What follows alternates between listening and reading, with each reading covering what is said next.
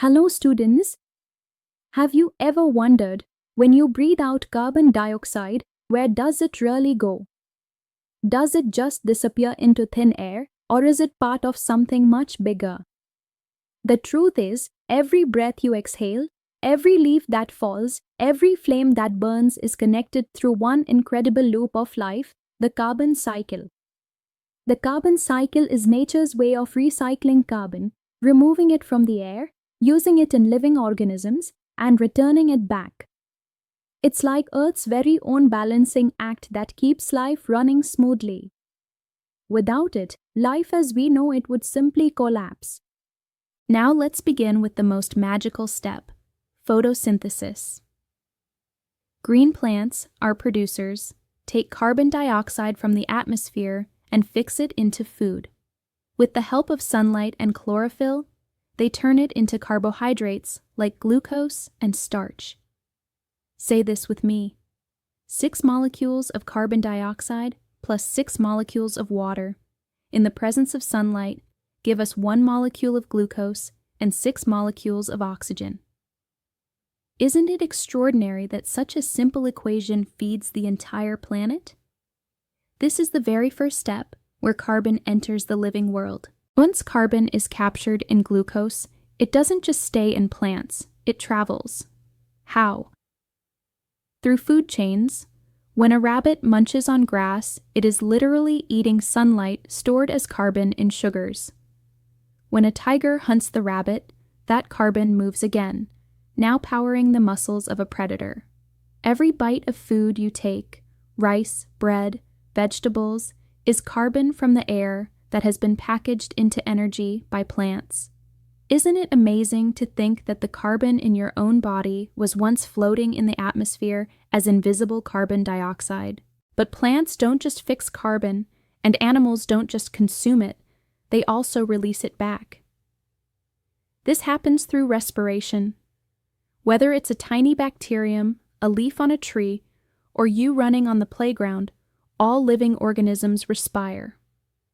In respiration, glucose is broken down to release energy for life processes, and as a result, carbon dioxide is released into the air.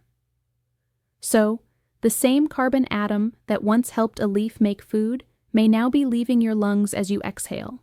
What happens when plants and animals die? Their carbon-rich bodies do not go to waste. Decomposers, fungi, and bacteria get to work. They break down the organic matter and release carbon dioxide back into the atmosphere. Decomposition is nature's recycling bin. It not only frees carbon, but also enriches the soil with nutrients. Without decomposers, carbon would be locked in dead matter forever. Thanks to them, the carbon cycle keeps spinning. Now, here's where humans enter the story. Combustion, burning of fuels, releases vast amounts of carbon dioxide. Every time we burn coal, petroleum, or natural gas, carbon that was locked underground for millions of years returns to the atmosphere. Even heating limestone in kilns adds carbon dioxide. But here's the concern. Human activity is releasing carbon at a much faster rate than nature can absorb. This excess carbon dioxide is warming our planet, changing climates, and affecting ecosystems. Isn't it fascinating, and at the same time alarming, how the balance of a natural cycle can be tipped by human hands? So students, let's tie it all together. The carbon cycle is the heartbeat of our planet.